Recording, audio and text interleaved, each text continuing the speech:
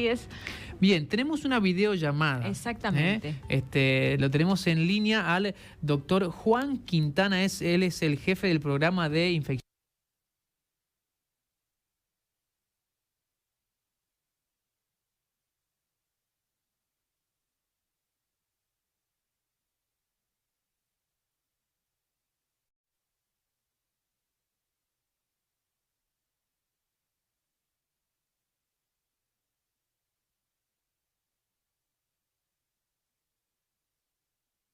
de la lucha contra el HIV-Sida.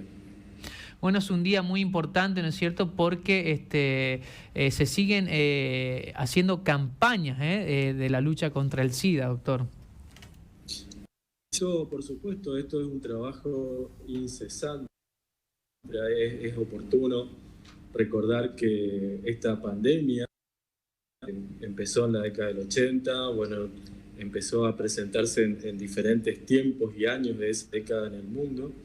Y en nuestra provincia, entre el año 87 y 89, comenzaron a aparecer los primeros casos de SIDA, ¿no? En ese momento, porque esta patología en el principio se presentaba como SIDA. Y fue el momento en el cual el sistema sanitario, tanto nacional como provincial, pudieron poner en marcha, digamos, lo que se conoce como Programa Provincial de Infecciones de Transmisión Sexual. Así que esta dependencia, digamos, esta área trabaja hace prácticamente 40 años, digo, quizás un poco más, en esta temática. Y esto es simplemente como para ponerlos en situación a todas las personas en general, ¿no? que esta pandemia tiene ya una gran mayoría de edad, está presente en el mundo hace bastante tiempo. ¿Cómo fue cambiando y cómo fueron tomando conciencia, doctor, a lo largo de los años? Porque en la década del 80 no se conocía mucho, ¿no es cierto?, de esta enfermedad. Hoy en día se conoce mucho más. Y también preguntarle cómo están respecto a los casos de esta enfermedad hoy en día. Bien, con HIV-Sida, por supuesto, la historia demostró que aún en esa década del 80, estamos hablando de bastante tiempo atrás, el sistema sanitario del mundo se puso en marcha y pudo en un corto tiempo, acorde con la época de la cual estamos hablando, poder identificar el organismo causal, poder empezar a iniciar tratamientos en las personas afectadas.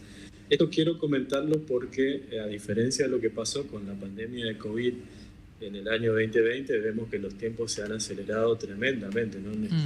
En un año hemos tenido, en ese 2020, la identificación del virus, las causas, la atención y la vacuna todas juntas, digamos. O sea, evidentemente esta evolución que ha habido en la biología molecular y en los desarrollos científicos realmente es impresionante.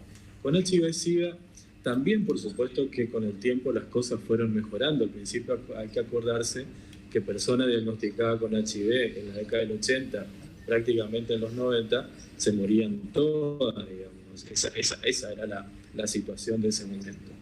A partir del año 96 se comienzan a trabajar con nuevos medicamentos que se llaman antirretrovirales y que realmente le han cambiado totalmente la evolución y ese aspecto negativo y de mortalidad, digamos, que tenía el HIV, ¿no? A la fecha contamos con medicamentos de una sola toma diaria, de una sola pastilla, con la cual las personas andan muy, pero muy bien. Doctor, buenos días, Lívia lo saluda. El lema justo de este Día Mundial de Lucha contra el SIDA es igualdad ya. ¿Cuáles son los objetivos de este lema y cómo se va a trabajar con respecto? Sí, este lema es sumamente interesante comentarlo porque hay una cuestión. La organización sanitaria, ¿no es cierto?, actual, basada en la atención primaria de la salud, esto es una estrategia que data de la década del 70, 1978, si mal no recuerdo. Justamente el lema, más allá de las bacterias, de los virus y de las cuestiones relacionadas con las enfermedades, una cuestión central, digamos, para abordar la salud de las poblaciones son las desigualdades y las inequidades. esto sigue persistiendo. Esto se presentó, si quieren, el ejemplo más claro en la memoria actual de las personas. Vemos que con COVID pasó eso, es decir, los lugares y los países que tenían mucha más, un mejor sistema de salud o con más dinero, etcétera, etcétera, pudieron atender mejor esa situación. De hecho, hubo países que no tenían ni vacunas en un momento dado.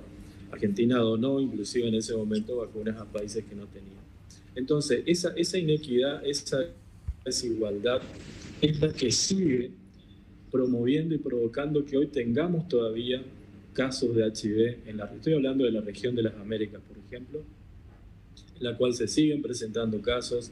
Seguimos, digamos, con una curva que le llamamos como que está amesetada, digamos, ¿no? Como que hay una cuestión estabilizada, si se quiere, pero en realidad lo que deberíamos ver hoy en día no es una curva estabilizada ni amesetada ni nada, deberíamos ver que la curva descienda, es decir, que los casos empiecen a disminuir y que las personas no se enfermen más de HIV.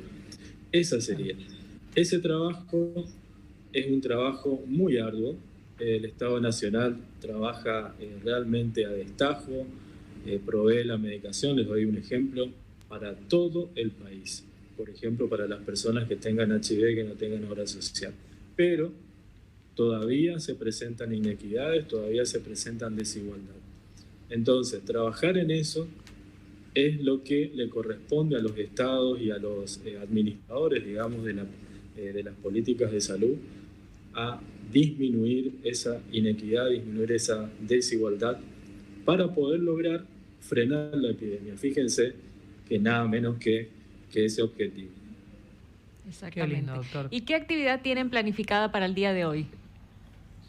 Sí, bueno, teníamos en realidad planificado, lo que pasa es que el clima hoy no nos está ayudando, por lo menos los pronósticos, con la colaboración, y lo que quiero aprovechar para agradecer además a la Fundación Chaco Solidario, a la Fundación Identidades Diversas, al Consejo Consultivo de Diversidad de la Municipalidad, que nos ha dado un enorme apoyo para poder presentarnos hoy en la peatonal, en Ilía y Alberdi, con un gazebo para distribuir preservativos, distribuir material de difusión y también invitarla a la gente a hacer testeos voluntarios. Son test rápidos que se tiene el resultado en 20 minutos, aquellas personas que quieran hacérselo.